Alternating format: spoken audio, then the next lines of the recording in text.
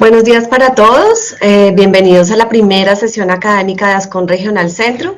Desde la Junta Directiva de nuestra regional queremos darles un saludo muy especial y esperamos que este año esté lleno de muchos éxitos laborales y personales para todos.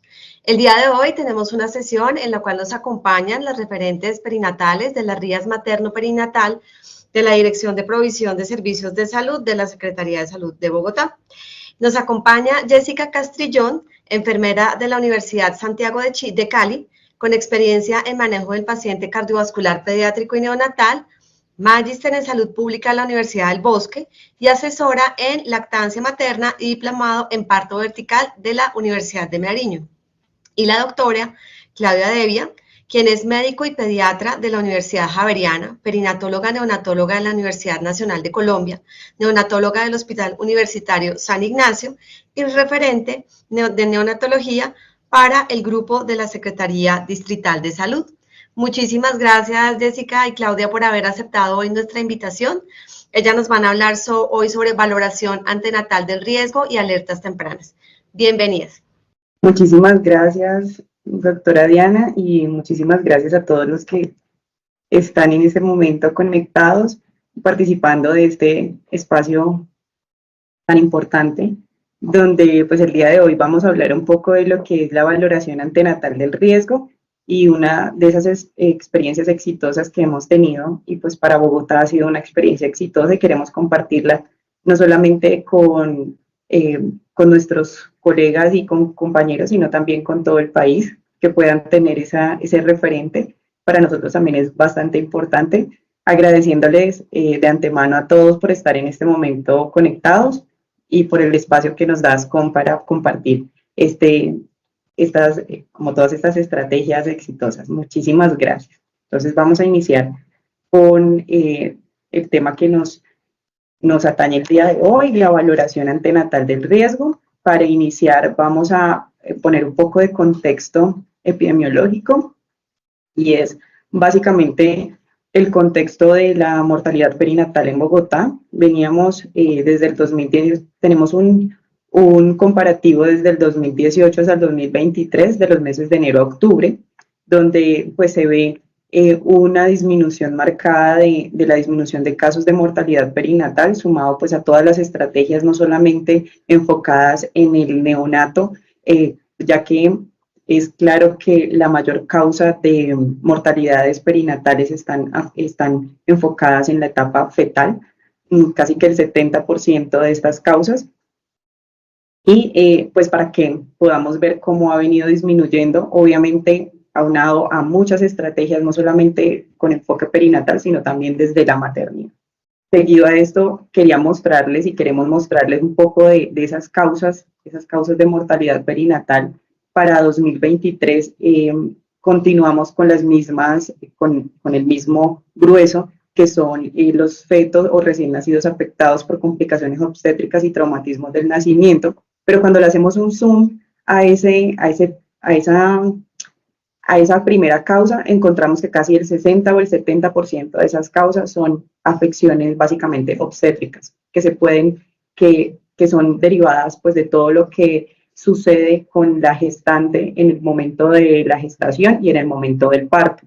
Estamos hablando con datos preliminares de 2023, que son alrededor del 70% de estas afecciones, de estas causas. Es por eso que dentro del contexto normativo, la resolución 3280 del 2018, quien nos da como tal el lineamiento técnico y operativo de las rutas, pues nos dice y nos prioriza dos rutas que yo creo que varios de aquí de pronto conocemos, y son la ruta de promoción y mantenimiento de la salud y la ruta materno-perinatal.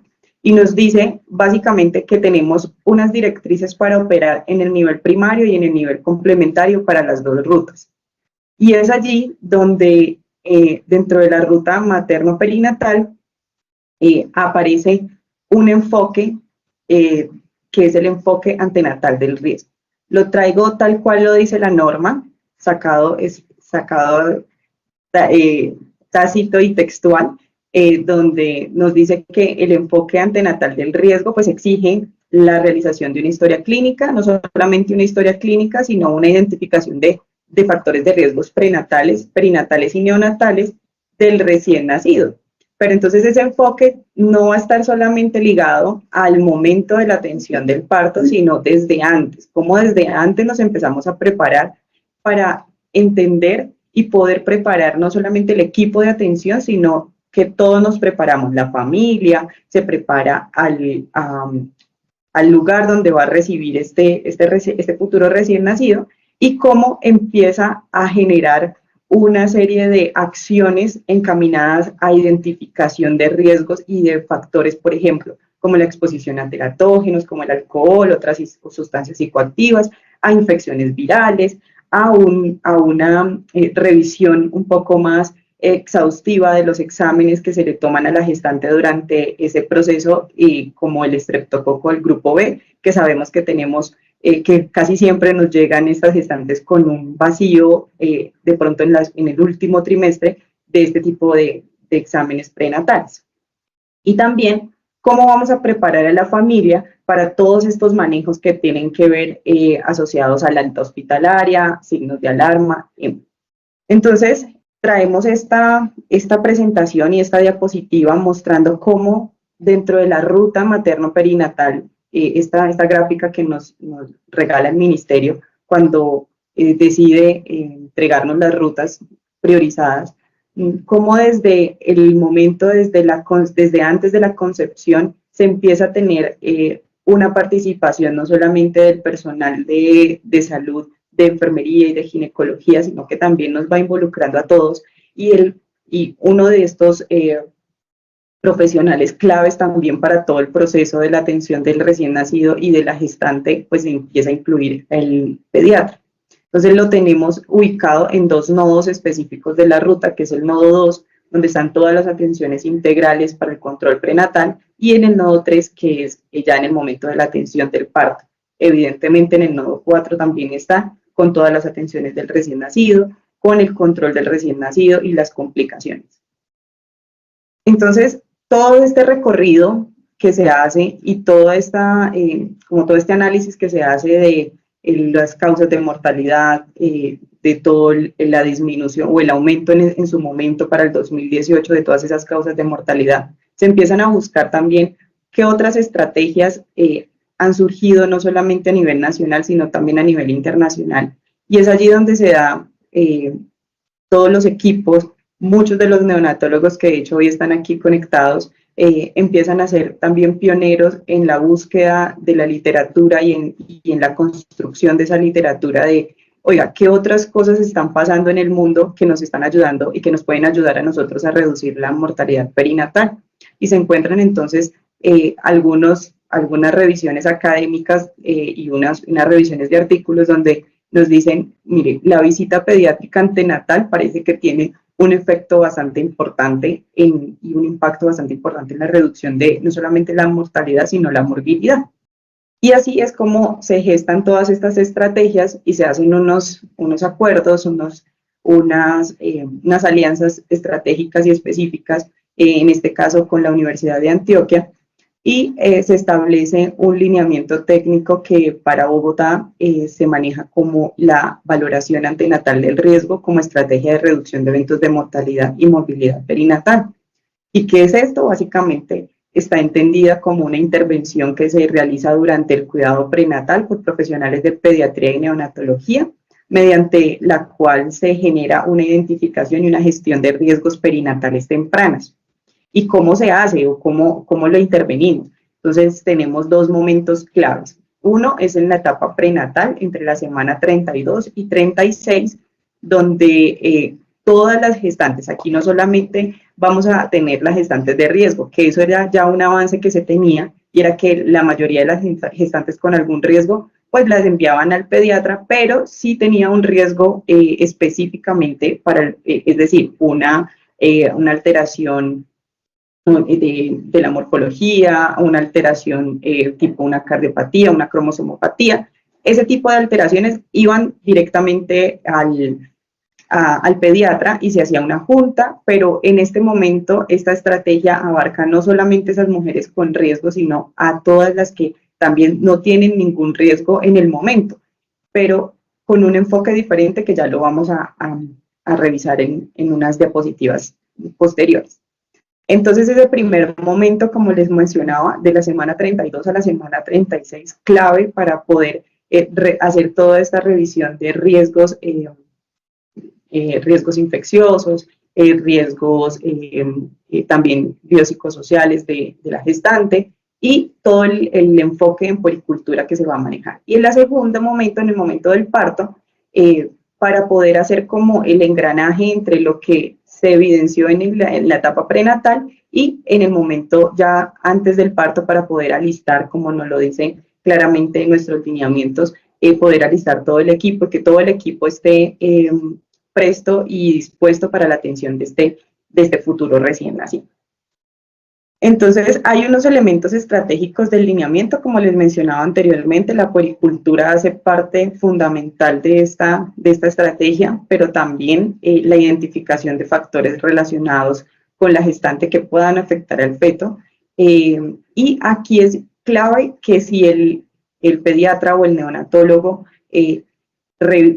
identifican un riesgo durante esa valoración prenatal, pues lo que hacen es apoyar toda la planeación del parto y facilitar la articulación de los diferentes factores en salud, así como la identificación de condiciones que ameriten pues el manejo diferencial del recién nacido, por lo menos, por ejemplo, la atención del parto, que no es lo mismo tener un paciente con un riesgo o una cardiopatía ya evidenciada y que nazca en un nivel 2 a que nazca realmente donde tiene que nacer, que es un nivel 3 o un nivel 4. Este tipo de cosas, como aclararlas durante el momento del espacio que se tiene para esta intervención, para esta consulta, y la revisión, que es como un checklist de realmente tenemos todos los exámenes claves durante la gestación, como VIH, sífilis, hepatitis, el estreptococo, el grupo B, como que tengamos todo listo para que tengamos y empecemos a minimizar todos estos riesgos del recién nacido. ¿Y por qué el pediatra?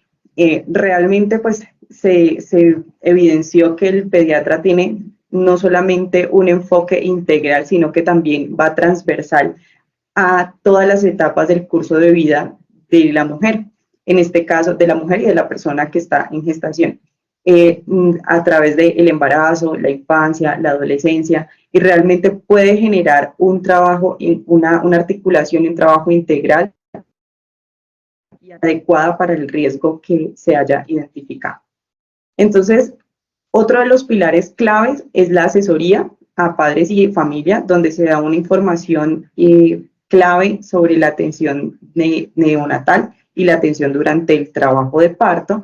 Aquí aclararles que, y por qué ese punto así como clave, es porque muchas veces tenemos algunas familias que ya tienen identificado un riesgo, por ejemplo, una cardiopatía congénita, y de pronto creen que quien va a atender el parto es el cardiólogo, y pues sabemos que no es así, que en ese momento no lo va a atender, que si en el lugar donde está no va a tener esa atención, lo que hacemos es que vamos a generar una remisión, que van a hacer muchísimas cosas diferentes a lo que de pronto se tiene pensado como familia, o que de pronto dentro de la información que se le ha dado pues no ha sido muy amplia. Otros son los criterios de viabilidad cuando se encuentran casos en los que realmente pues no tenemos un pronóstico o una viabilidad muy clara o de pronto es desafortunada. Entonces, en este caso, pues poder brindarle toda esa información y esa educación no solo a la mamá, sino también a su familia.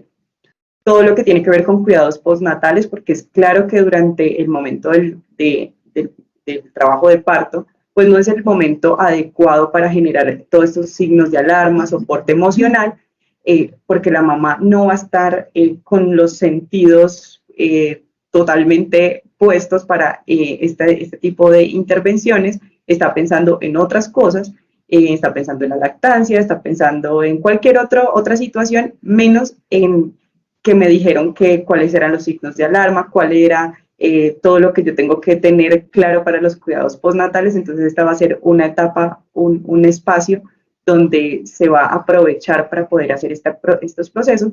Y por último, no menos importante, toda la información que se tiene que dar acerca de los tamizajes neonatales, que sabemos que ya vienen también con toda la legislación y con la puesta en marcha en adelante por ahora, por ejemplo, la importancia del TSH, de que ellos deben reclamar el TSH, qué deben hacer con ese TSH, cuándo deben asistir a la cita de control. Realmente ese es el enfoque y lo más importante que tenemos que tener durante este proceso de esa consulta.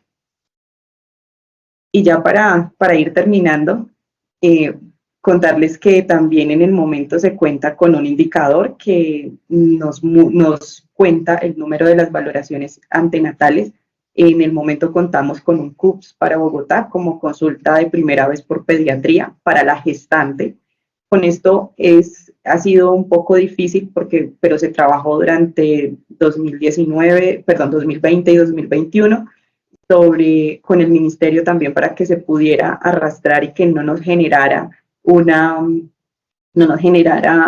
de pronto alteraciones, porque sí se podía presentar para devoluciones o para glosas, pero realmente pues ya había sido una experiencia que había iniciado una EAPB en Bogotá y había resultado exitosa. Entonces pues desde ahí también nos pudimos coger como todos estos ítems como el CUPS, como el CIE-10, que sería como otras pesquisas prenatales específicas, y del Z368, ahí lo tienen para que si lo necesitan y lo quieren hacer también, completamente están a su disposición y también está dentro del lineamiento. Y contarles que también se hace un seguimiento de esta identificación de riesgos antenatales a través de los instrumentos de adherencia y una lista de chequeo que se crea con un equipo, pues con el equipo de líderes de neonatología de Bogotá, donde también se toma esta lista de chequeo como los pasos específicos que debe contar la historia clínica antenatal. Entonces, en algunas de nuestras instituciones, para poner un ejemplo, se hizo el pilotaje en la red pública, pero muchas de la red privada también lo tiene, y es que con esta lista de chequeo se realizó la parametrización de la historia clínica y asimismo pues se tiene parametrizado cada uno de los puntos, tanto de los riesgos prenatales, riesgos infecciosos, riesgos biopsicosociales de la gestante, y se pudo crear entonces este enfoque antenatal del riesgo del que nos habla la 3280, con todos estos elementos que les acabamos de mencionar, y con un lineamiento que nos respalda, que está desde el 2023 puesto en marcha. Pero desde el 2021 pues venimos trabajando con todos los equipos de la red pública, y muchos de la red privada se nos han sumado a esta estrategia tan bonita que es enfocada en la disminución no solamente de la mortalidad, sino también de la morbilidad de nuestros neonatos. Bueno, muchísimas gracias. Ahora los dejo con mi compañera Claudia Devia, quien les va a contar un poco de lo que son las alertas tempranas. Buenos días a todos y todas. Vamos a continuar entonces con otro de los lineamientos que también queremos compartir con ustedes. A nivel distrital hicimos un lineamiento también para el año pasado, la implementación de intervenciones del manejo del recién nacido en sala de partos y cuidados posparto antes del alta hospitalaria mediante el manejo de alertas tempranas. También queremos continuar disminuyendo la morbimortalidad perinatal y neonatal, y es una más de las estrategias que venimos implementando para poder continuar en ese proceso de disminuir esta mortalidad.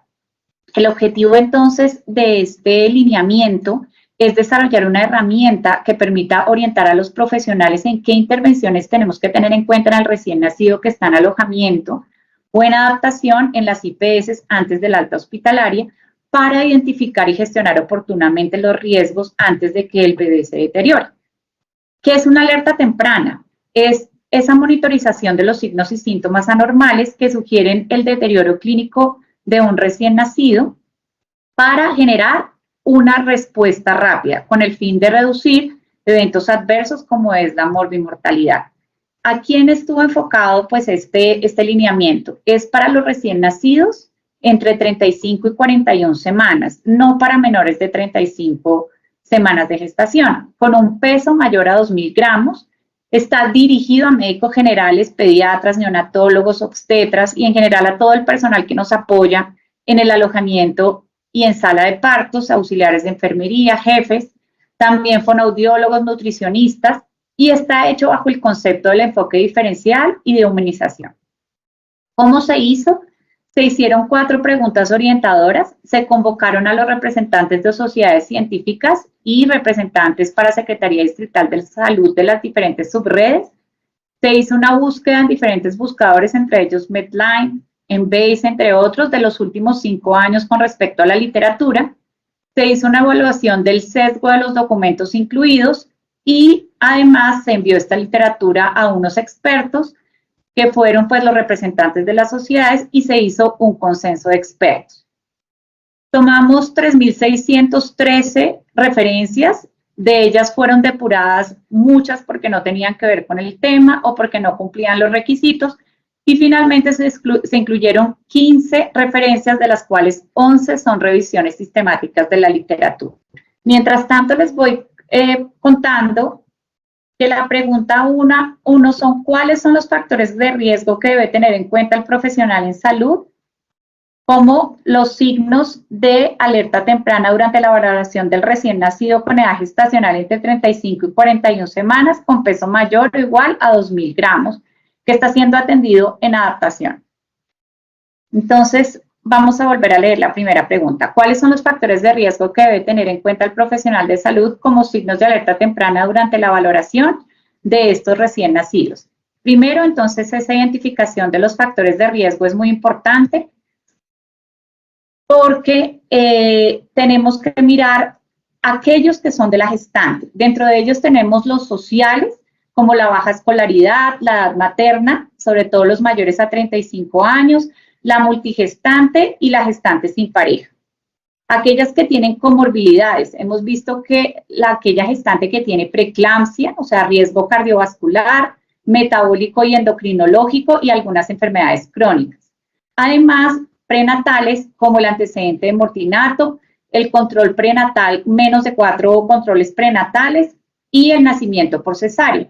Y tenemos también otros factores de riesgo como son los infecciosos, como la ruptura prematura mayor de 18 horas, como el cultivo positivo para estreptococo del grupo B o la ausencia de este cultivo en los exámenes prenatales.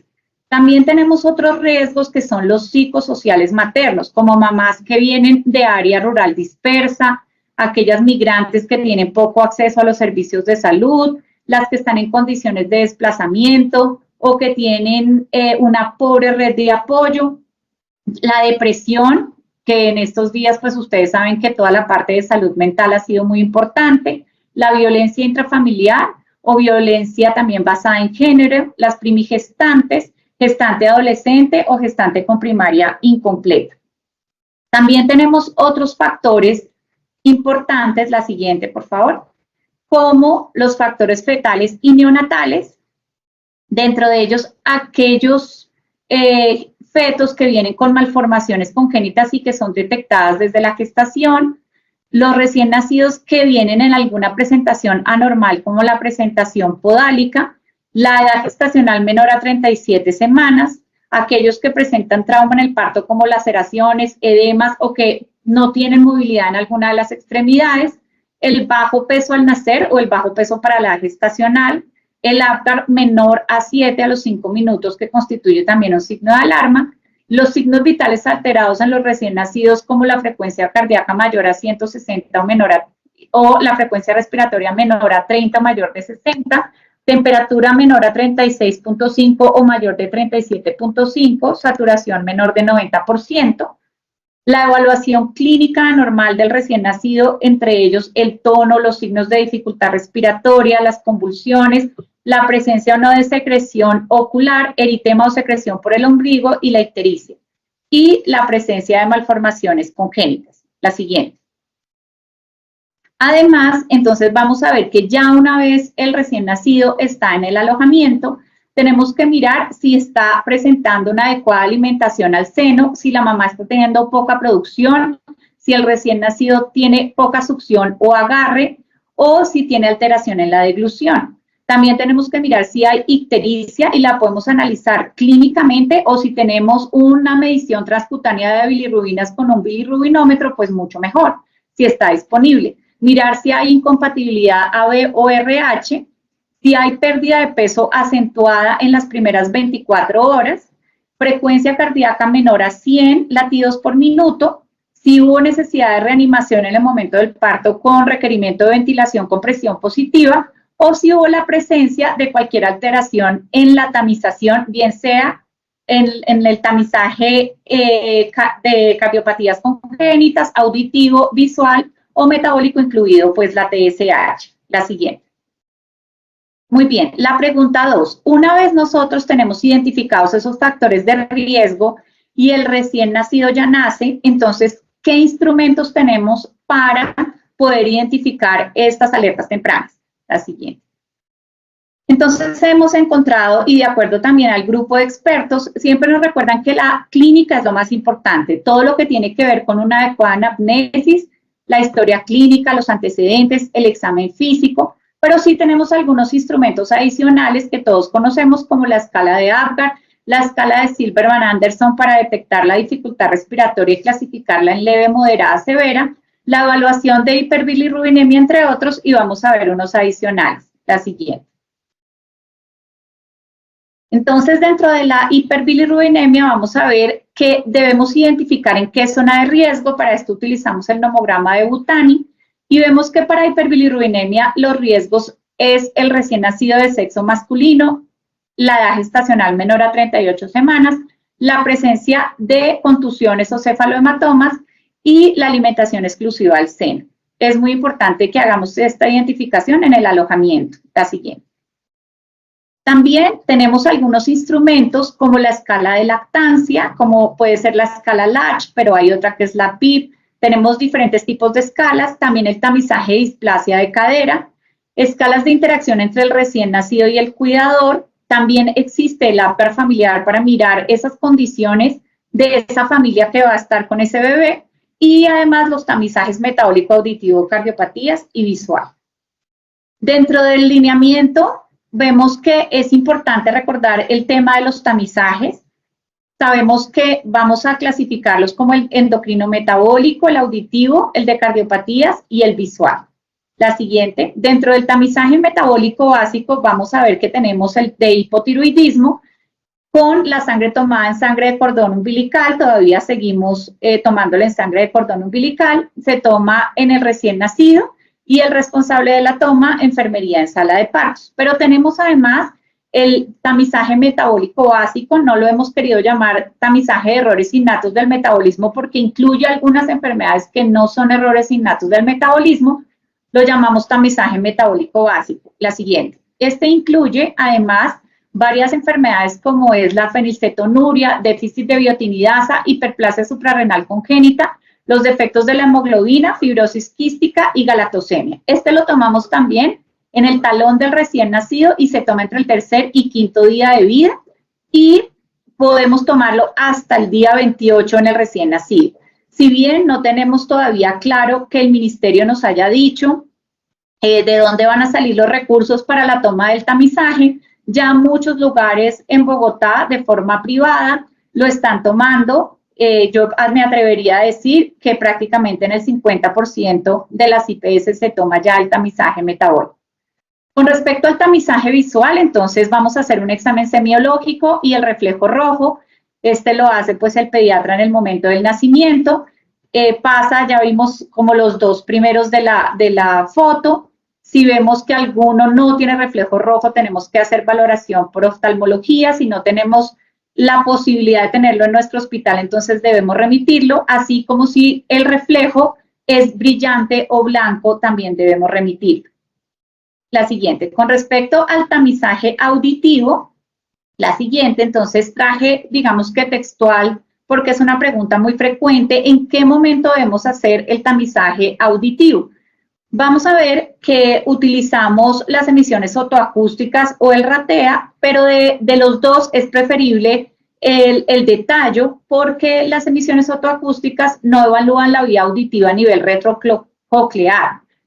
Cuando tenemos un recién nacido de riesgo, que es, por ejemplo, la asfixia, el prematuro, o aquel que tuvo exposición a medicamentos ototóxicos, entonces debemos utilizar los dos.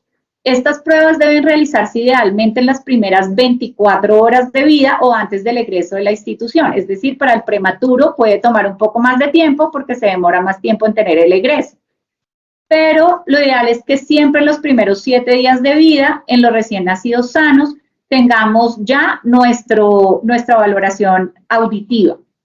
Porque en la resolución 3280 dice que ya el retamizaje lo debemos tener en los que no pasaron al mes de vida, la evaluación audiológica completa al 3er mes y el paciente tratado a los 6 meses de vida. Si hacemos un tamizaje audiológico a los 3 meses, pues estamos retrasando muchísimo el tratamiento y la identificación de este recién nacido de forma oportuna. La siguiente. Con respecto al tamizaje de cardiopatías, entonces recordemos que tomamos la saturación pre- y postductal, preductal en la mano derecha, postductal en cualquiera de las extremidades, y además debemos completarlo con la toma de tensión arterial en 4 extremidades. La siguiente. Para aquellas ciudades que están debajo de los 1.500 gramos, entonces no pasa cuando la saturación está por debajo del 89%, siempre hay que iniciar oxígeno y hospitalizar al paciente o remitirlo. Si está por encima de 95 o igual, pasa, y si no hay una diferencia mayor del 3%, pasa. Pero si está entre esos dos, es decir, entre 90 y 94 y una diferencia mayor al 4%, debemos repetir la toma a la hora y nuevamente pues pasa si está por encima de 95, pero si no pasa debemos remitir o hospitalizar en caso de que contemos con una unidad de recién nacidos. Para Bogotá es un poco diferente por la altura, entonces utilizamos un punto de corte en que pasa por encima de 92% de saturación, pero la diferencia pre- y postductal debe ser igual. La siguiente. Con respecto a la pregunta 3, entonces, una vez identificadas estas alertas tempranas, ¿cómo gestionamos esas alertas? La siguiente. Entonces vamos a hacer como unas clasificaciones. Si el bebé tiene una temperatura entre 35,5 y 36,4, lo clasificamos como hipotermia leve y lo que debemos hacer es favorecer el contacto piel a piel. Recalentar al bebé en ese contacto piel a piel y ya, si no podemos hacer una adecuada regulación térmica, entonces tenemos que mirar y evaluar otro tipo de situaciones como que el paciente puede estar cursando con una sepsis y requiere una remisión o tratamiento. Otra clasificación, aquel recién nacido que no se alimenta durante las primeras horas de vida, no tiene agarre o succión efectiva o se alimenta menos de 8 veces en las últimas 24 horas, se clasifica como no se puede alimentar. Y la intervención es intervenir en la lactancia materna, recomendarla de forma exclusiva, poner a la madre con una asesora de lactancia, puede ser cualquiera de nosotros o cualquiera de enfermería que tenga esa, digamos, esa experticia y ayudarla a lactar y recomendar que alimente al recién nacido más frecuente. El grupo de expertos recomienda que agotemos primero todos los recursos antes de utilizar sucedáneos de la leche materna. Solo se utilizarían en casos en que no funcionen las estrategias anteriores y en caso tal remitir o hospitalizar. La siguiente. Con respecto a la evaluación de ictericia, entonces si vemos que el recién nacido ya tiene ictericia en cara en las primeras 24 horas o si tiene debajo del ombligo o ya en palmas y plantas por encima de 24 horas se clasifica como ictericia grave y la intervención es remitir urgentemente al recién nacido para atención especializada y brindar consejería en lactancia materna. Si tenemos unidad de recién nacidos, iniciar inmediatamente la fototerapia intensiva. La siguiente. Si la frecuencia respiratoria es mayor de 60 o menor de 30, la frecuencia cardíaca mayor de 160, tiene jadeo, retracción costal, quejido, si hay convulsiones, distensión abdominal, cianosis, hipotonía, ausencia de movimientos espontáneos, si la temperatura está mayor de 37,5 o menor de 36,5, y no aumenta después de calentar al recién nacido, si encontramos pústulas en la piel, sangrado por el ombligo, palidez, hipoalimentación o un recién nacido que luce mal, lo vamos a clasificar como posible enfermedad grave y lo vamos a remitir o hospitalizar en un centro especializado porque puede tratar de un recién nacido que esté séptico. La siguiente. La presencia de laceraciones, edema en las nalgas, edema en el cuero cabelludo, posición anormal en las piernas, un movimiento anormal de alguna de las extremidades puede indicar una posible lesión del plejo braquial o una fractura. Lo vamos a clasificar como lesión al nacimiento. La intervención es explicar a los padres esta sospecha y hacer los exámenes diagnósticos que consideremos necesarios y remitirlo de forma oportuna para una valoración especializada de acuerdo a la lesión que tenga. La siguiente. Con respecto a la identificación de malformaciones congénitas, si encontramos pie equinovaro, labio o paladar fisurado, apariencia extraña o inusual en el fenotipo, pérdida de continuidad en algún tejido en la cabeza, espalda, perine o región genital, lo vamos a clasificar como malformación congénita y la intervención es considerar remitir a un centro especializado y hospitalizar en caso de que sea necesario o intervenir pues de acuerdo al tipo de malformación que se presente. La siguiente. Esta muy importante, la gestión del riesgo de sepsis neonatal temprano.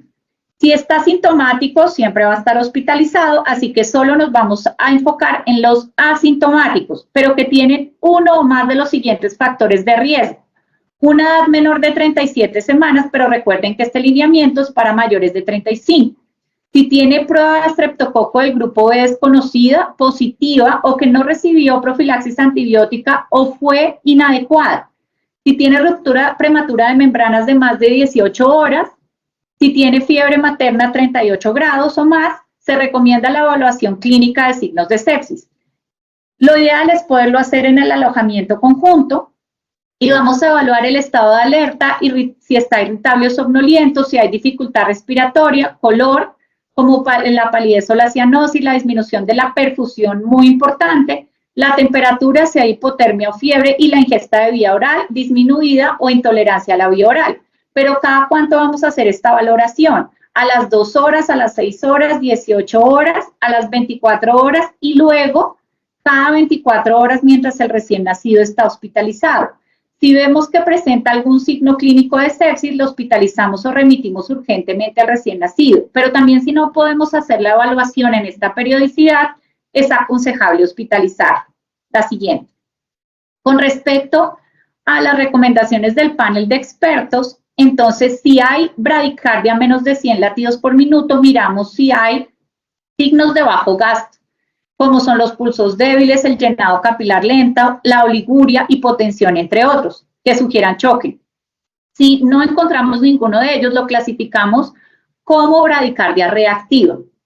Si se encuentra saturación de oxígeno menor del 90% en las primeras 24 horas, empezamos oxígeno, hospitalizamos o remitimos y hacemos el diagnóstico pertinente con las herramientas diagnósticas que necesitemos. Si el muñón umbilical tiene sangrado activo, ligamos nuevamente el cordón, revisamos que se haya aplicado la dosis de vitamina K y si continúa con sangrado, hacemos compresión y remitimos. Si se detectan dificultades con la alimentación al seno, ya lo habíamos visto, nuevamente el panel de expertos dice que por favor tratemos de agotar todas las estrategias como la consejería, el apoyo a esta mamá, utilizar leche materna extraída, leche heteróloga y en caso tal que no podamos hacerlo, entonces allí sí utilizar succedáneos de la leche porque sabemos que ellos pueden desestimular la lactancia materna. La siguiente. La pregunta número 4. Entonces, una vez ya identificamos todos estos factores, pero tenemos que dar el alta a ese recién nacido, ¿qué vamos a tener en cuenta para el alta? Entonces, el tiempo de observación, sabemos que la 3280 dice que son 24 horas para el posparto vaginal, para el parto vaginal y 48 horas para la cesárea. La Academia Americana de Pediatría sugiere una observación en todos los casos al menos de 48 horas y 96 horas después de cesárea.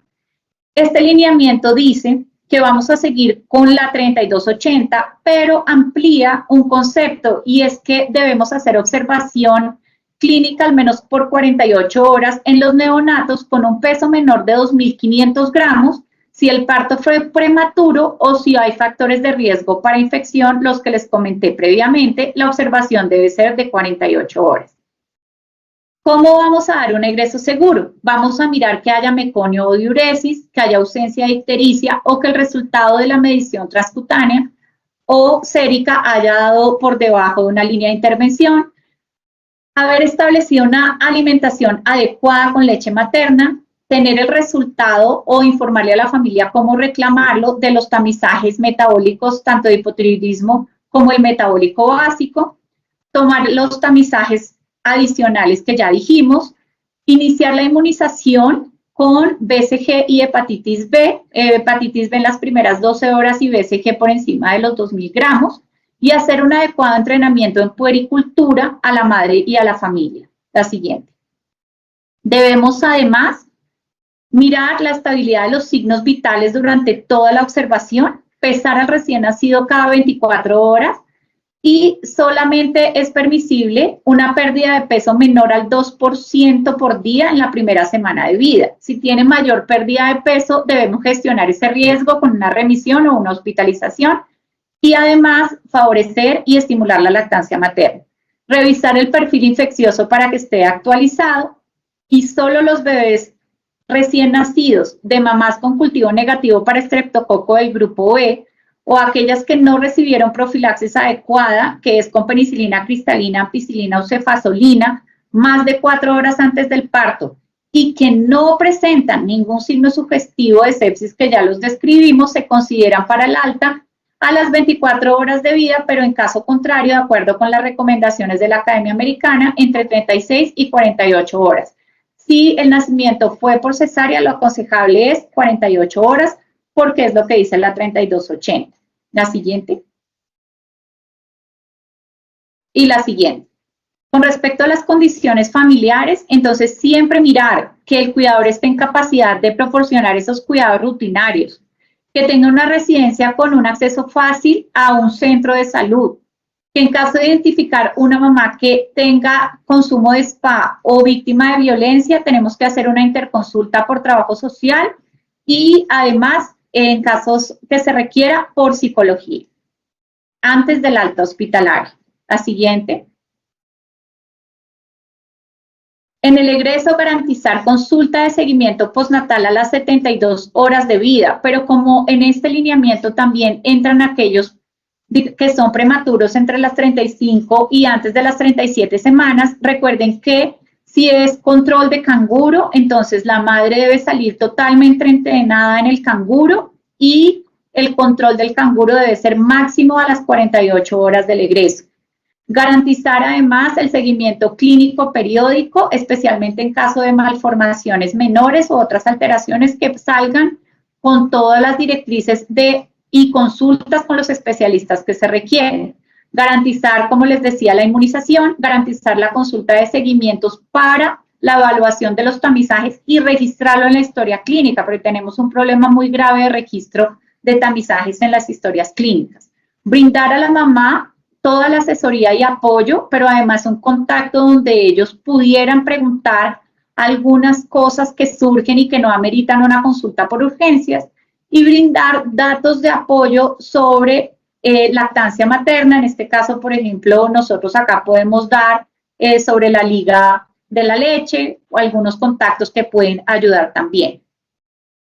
Los signos de alarma. Entonces vamos a ver que la alimentación insuficiente en el recién nacido, que se niega a comer cada 2 o 3 horas durante el día y la noche, la presencia de convulsiones, de respiración rápida mayor de 60 por minuto o signos de dificultad respiratoria como aleteo nasal o retracciones o quejido, la hipotermia o temperatura mayor de 38 grados, la ausencia de movimientos espontáneos, cualquier coloración amarilla en piel o mucosas, el muñón umbilical que sangra o que presenta secreción, mal olor o enrejecimiento alrededor, la presencia de deposiciones con sangre y la presencia de secreción ocular purulenta son los signos de alarma que debemos dar a los padres y que deben estar adecuadamente entrenados en ellos y reconocerlos de forma oportuna para que puedan reconsultar en el momento digamos, más precoz posible y no que esperemos tanto tiempo.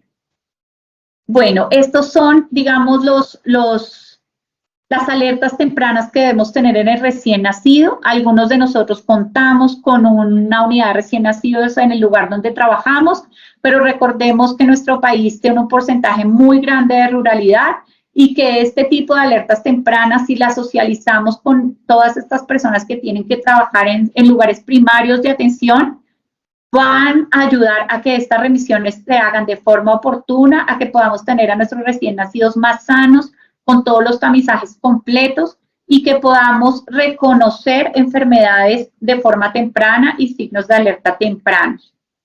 También le hemos dicho a la doctora Diana que cuando nos quieran invitar para socializar el lineamiento distrital de asfixia perinatal, con mucho gusto también podemos socializarlo. Muchas gracias y pues ya quedamos atentos a sus preguntas. Muchísimas gracias, doctora Delia. Realmente ha sido un repaso muy importante y de esta estrategia tan esencial para nuestros recién nacidos, sus madres y sus familias. Realmente una revisión muy buena y con puntuaciones importantes que nos aclaran realmente cosas que no sabíamos. En parte, por ejemplo, la parte de el tamizaje auditivo, muy especial la acotación de hacerlos en los tiempos para que realmente sea un tamizaje y cumpla su objetivo. Tenemos varias preguntas en el chat, entre ellas también y muchas felicitaciones, nos acompañan también de Cartagena, y pues mandan agradecimientos por la excelente revisión. Entonces, tenemos varias preguntas. Nos dicen aquí, buen día, muchas gracias. En cuanto al tamizaje visual, ¿es suficiente el reflejo rojo o hay algo más orientador? Sí, pues la resolución dice que tenemos que hacer examen semiológico, ocular y el reflejo rojo. En el examen semiológico tenemos que mirar si hay hipertelorismo, el tamaño ocular, el tamaño, por ejemplo, de la pupila, si hay megalocórnea o no. En estos días, por ejemplo, nosotros tuvimos un recién nacido con megalocórnea y tiene un glaucoma congénito. Si no hubiera sido, digamos, por ese examen semiológico, no hubiéramos, digamos, captado este recién nacido. Si hay hemorragias conjuntivales, si hay ptosis palpebral o no. Recuerden que hay ptosis palpebral congénita que cualquiera de nosotros podría reconocerla. Sí, digamos que el examen semiológico también es muy importante en la valoración del recién nacido. Si hay un exoftalmos, por ejemplo, también súper importante y un signo de alarma grave en un recién nacido. Microftalmia como parte, digamos, de un fenotipo particular. O sea, tenemos muchas cosas que podemos valorar en el examen semiológico ocular y que es parte, pues, de un examen físico completo de un recién nacido. Y sí, yo creo que para agregarle, gracias doctora, y para agregarle, a veces lo que hacemos es que de pronto sí hacemos el examen semiológico, pero no lo dejamos registrado en ningún lado, ni en historia clínica, ni en ningún lugar donde realmente nos dé cuenta de que se hizo esa revisión semiológica. Entonces, a veces nos quedamos solo con el reflejo rojo, pero como tipo checklist, pero no describimos esa valoración semiológica ocular. La misma doctora Isabel es la que nos dice, ¿se harían potenciales visuales? Entonces, pues creo que la pregunta está respondida. Desde la ruta es definitivamente hacer un buen examen semiológico, pero no está contemplado potenciales, ¿cierto? ¿Estoy en lo cierto? No hay que hacer, No. exacto. No, a veces las personas se confunden con los potenciales visuales y los auditivos. Los que están contemplados son los auditivos para el tamizaje auditivo. Los potenciales visuales, no, señora. Solamente si ya tuvimos que remitir al recién nacido con un oftalmólogo porque encontramos algo alterado y él considere necesario, en ese caso sí. Acá el doctor Alberto nos hace una observación, dice, el uso de cannabis y otras drogas de consumo problemático en la sociedad y en especial las mujeres gestantes es una práctica que viene en aumento en los últimos años.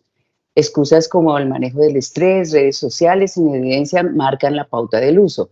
En otros países como Argentina, algunos hospitales contraindican la lactancia y separan al bebé para descartar signos de abstinencia y tolerancia de leche fórmula. ¿Cuál es la conducta que utilizan en estos casos? ¿Separan el binomio? ¿Piden tóxicos en orina? ¿Sale a algún laboratorio? ¿CPK? ¿Ecocardiograma?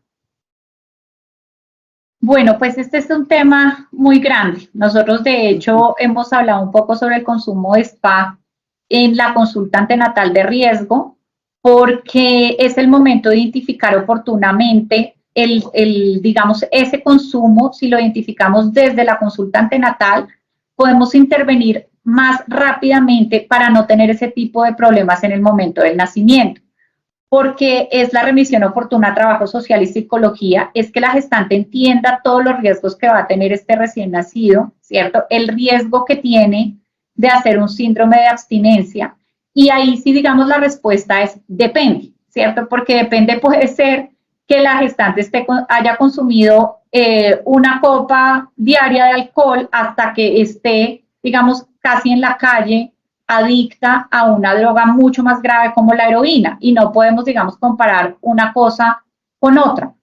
La idea siempre es tratar de preservar la lactancia, ¿cierto? Es evaluar individualmente cada caso y mirar de verdad con ayuda de toxicología, de neuropediatría, pero miremos que para esto necesitamos un manejo integral, o sea, si es oportuno remitir a un centro especializado a este binomio madre-hijo, siempre con el mayor respeto hacia la gestante, siempre evitando, digamos, una estigmatización para ella por esto.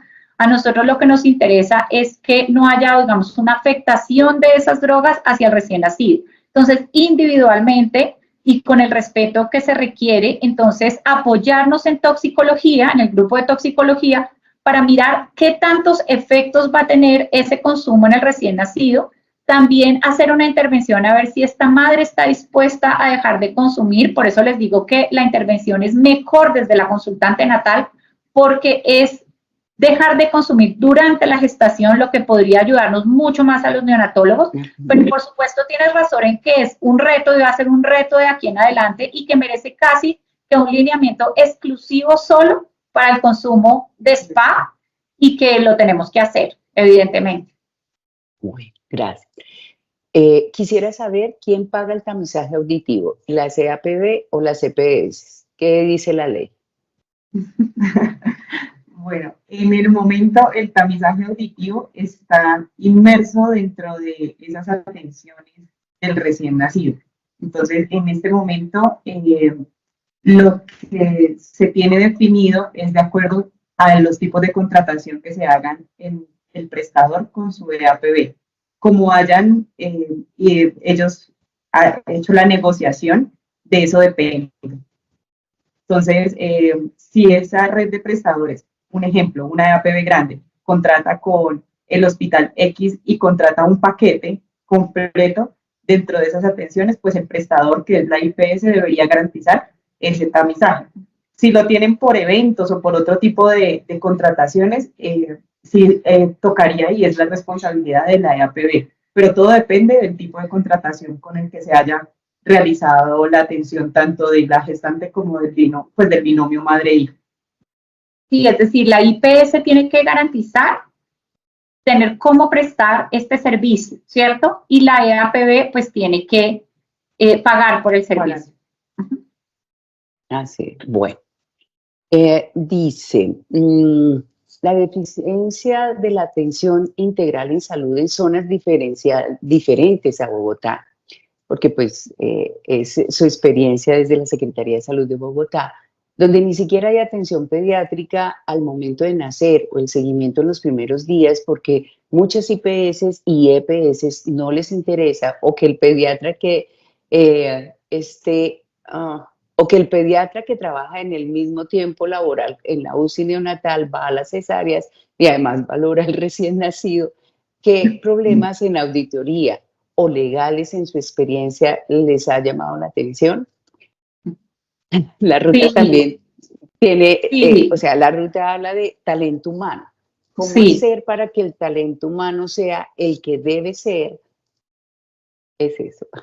Sí, bueno, también queremos contarles que estamos trabajando un poco en el tema. Con respecto a eso, por ejemplo, nosotros en Bogotá, que tenemos suficiencia de pediatras, ¿cierto? Pero tenemos una zona rural muy grande. Creemos que Bogotá no tiene zona rural, pero Bogotá sí tiene una zona rural muy grande. Entonces, nosotros aquí pues hemos pedido que la consulta antenatal la haga el pediatra porque tenemos suficiencia de pediatras, ¿cierto?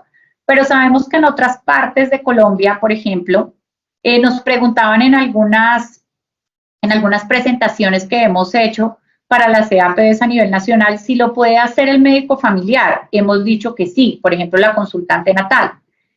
Por eso, digamos, este lineamiento de alertas tempranas es tan importante porque si vemos está dirigido incluso para un auxiliar de enfermería, ¿cierto? O sea, está dirigido para todos a nivel nacional, ¿sí? Porque reconocemos que hay sitios alejados donde no tienen pediatra o hay, como tú dices, un pediatra para todos. La idea es capacitar a estas personas que están en contacto con el recién nacido, ¿cierto? Y que sean un apoyo para ese único pediatra que está encargado de todo, que no es lo ideal, obviamente, ¿cierto? Y que, digamos, cada caso particular, la parte nacional se trabaja con el Ministerio de Salud y esta parte como regional distrital la trabajamos con las secretarías distritales, en este caso nosotros con Bogotá, pero también una de las cosas que estamos trabajando es poder sacar y dar una directriz de cuánto es suficiente en el talento humano por paciente y en cada sitio de atención, en la UCI, en sala de partos, ¿cierto? Con la gestante, o sea, cuántas personas debería estar en la atención para que haya, digamos, una atención de calidad con responsabilidad y que no estemos expuestos a ese tipo de acciones médico-legales. Lastimosamente tenemos que hacerlo a nivel, digamos, local, cada uno gestionarlo, y a nivel nacional elevar ese tipo de situaciones que se están presentando y también con sus secretarías locales poderlo hacer, ¿cierto? Porque lo que tú dices es verdad, que no puedes estar en dos sitios al mismo tiempo. Así es. Bueno, ya son las 8. Tengo varias preguntas. Voy a escoger directamente las que están relacionadas a la ruta, ya otras como cuántos serían potenciales, y esto creo que amerita otro tipo de webinar en aras del tiempo. Bueno, dice, buenos días, muchas instituciones no están solicitando y EPS no siempre autorizan el tamizaje metabólico neonatal. Sabiendo que solo se puede hacer antes del mes de vida, ¿deberían garantizar su realización oportuna? ¿Cómo favorecerlo? Bueno, yo creo que, aquí tenemos un tema bastante importante y es que la ley, tenemos una ley que ya nos dice qué tipo de tamizajes, cuándo, cómo. El instituto ya también tenemos como todo puesto en marcha. Lo que tenemos en este momento pendiente es la forma de financiación a través del ministerio, cómo va a ser el pago.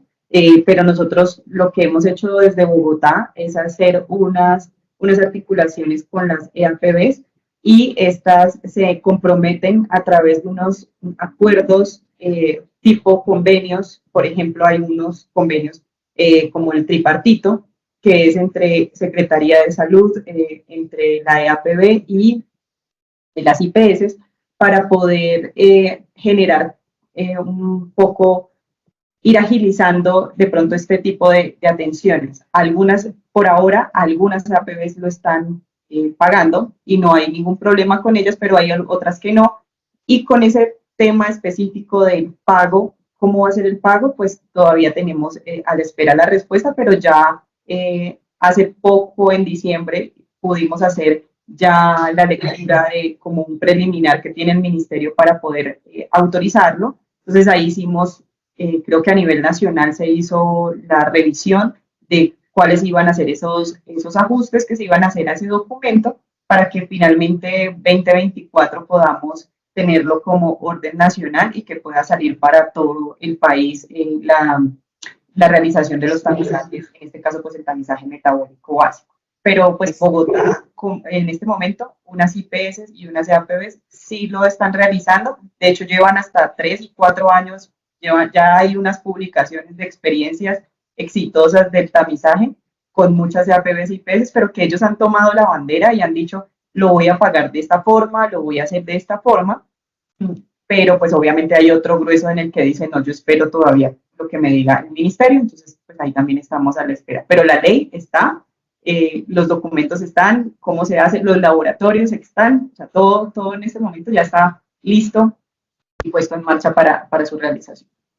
Y Julieta, si me puedo utilizar estos últimos minuticos, claro. Quisiera hacer como un fuerte llamado porque dentro de los egresos no seguros y reingresos que estamos teniendo, sobre todo nosotros aquí en nuestros hospitales, son recién nacidos que reingresan con ictericia de deshidratación, con niveles muy altos de bilirrubina, ¿cierto? Con deshidratación hipernatrémica, muchas veces con fiebre que no es una sepsis, sino que la misma deshidratación hipernatrémica produce fiebre. Entonces tenemos que mirar también cómo está el sodio, cómo están las bilirrubinas, cuánto peso perdió, pero más que eso es pedirles que siempre peguen ese recién nacido antes del egreso, que siempre hagan una evaluación juiciosa de esas bilirrubinas y de mirar si hay incompatibilidad de grupo RH, que esté la lactancia materna establecida, porque recuerden que la bilirrubina no baja exponiendo los bebés al sol, sino que la bilirrubina se elimina por la orina y por la materia fecal. Entre más coma ese bebé, más esté, digamos, adherido a la lactancia, pues mucho mejor, ¿cierto? Y que los papás tengan muy claros que la alimentación es a libre demanda, no es cada 3, cada 4 horas, no es a libre demanda todo lo que el bebé quiera comer, para que de esta manera evitemos este tipo de reingresos que se están presentando con tanta frecuencia, sobre todo pues nosotros a nivel local, desconozco las cifras, digamos, ya nacionales, pero sí nosotros a nivel local, la mayoría de nuestros reingresos son por esta razón. Entonces les pedimos que estén muy atentos a eso. Incluso hemos tenido recién nacidos que reingresan con bilirrubinas de 22, 23 y hasta más, a veces 40. Entonces, por favor, recomendarles mucho ser muy juiciosos con este tipo de alertas tempranas para evitar también los reingresos y para evitar esos riesgos de encefalopatía que podemos tener asociado a esta hiperbilirrubinemia y a este sodio tan elevado también. Muchas gracias, sí, precisamente esta anotación que te iba a comentar era precisamente sobre eso. Bueno, creo que es este diagnóstico más frecuente en los últimos días, no solamente por las oleadas de calor, sí, o sea, tiene que ver en un sitio como el mío, acá en Ibagué, en la costa, pues es regional centro, tiene Ibagué, Villavicencio, o sea, el Meta, recoge no solamente pues el área de Cundinamarca y Bogotá, y creo que todos hemos sentido esto, pero también nos damos cuenta de la dificultad en el apoyo en lactancia materna. Creo que hay que trabajar muchísimo más en esto, decir, estas 24 horas que estamos en un posparto, en seguimiento a la mamá, es de educación, puericultura, todo lo que nos señalaron y nos recalcaron ahorita en la ruta es muy rica y asertiva en cada uno de sus puntos, pero esta parte de lactancia a veces se queda y se necesita realmente que trabajemos muchísimo para estar seguros que al alta realmente sí se van con una adecuada lactancia a nuestros bebés. De acuerdo. Sí, y la ictericia sí, yo creo que ha sido todos deshidratación hipernatémica y ictericia secundaria en nuestro primer diagnóstico en estos últimos meses. Aquí nos dicen, muy importante trabajar con enfermería en los servicios de obstetricia sobre lactancia materna. Vemos que el personal es insuficiente y son 2 pacientes los que se deben manejar. Sí, eso. Creo que, bueno, son las 8:11, no sé si quieren alguna otra observación. Continúan las felicitaciones, excelente presentación. Creo que a veces creemos que sabemos todo dentro de la neonatología, pero estas alertas tempranas, no solamente para nosotros, sino todo nuestro personal que maneja el binomio, el personal en sala de partos, personalmente compartí la charla y creo que casi todos lo hicimos con nuestros grupos en TPR, en Sala de Partos, porque creo que es muy importante. Y esto que tú decías, la consulta pediátrica antenatal es muy importante. Y en esos dos momentos, no solo cuando ya van a hacer el bebé, no solo sino cuando llegó, antes. Sí. Vamos a dejarles en el chat, para los que quieran, los 2 lineamientos para que los puedan descargar y los puedan tener pues de consulta y lo puedan socializar con otras personas ustedes también en sus lugares de trabajo. Sería muy importante pues poderlo hacer, entonces los vamos a dejar en el chat. Bueno. Muchísimas gracias. Nuevamente dejamos ahí entonces para el chat y ahora nos queda una herramienta más y es este webinar. Ustedes saben, pronto pues quedará en hora de la tarde ya grabado en nuestro canal de Ascon. Muchas gracias nuevamente. Gracias a ustedes por la invitación. Y un saludo especial de la doctora Diana Arias, que tuvo que pues retirarse por una urgencia y pues me dejó esta parte importante encomendada. Entonces, pues nos vemos dentro de un mes nuevamente con nuestras charlas de webinar a las 7 de la mañana de Ascon Regional Centro. Agradecerles nuevamente. Gracias a todos por su participación. Gracias, muy amable.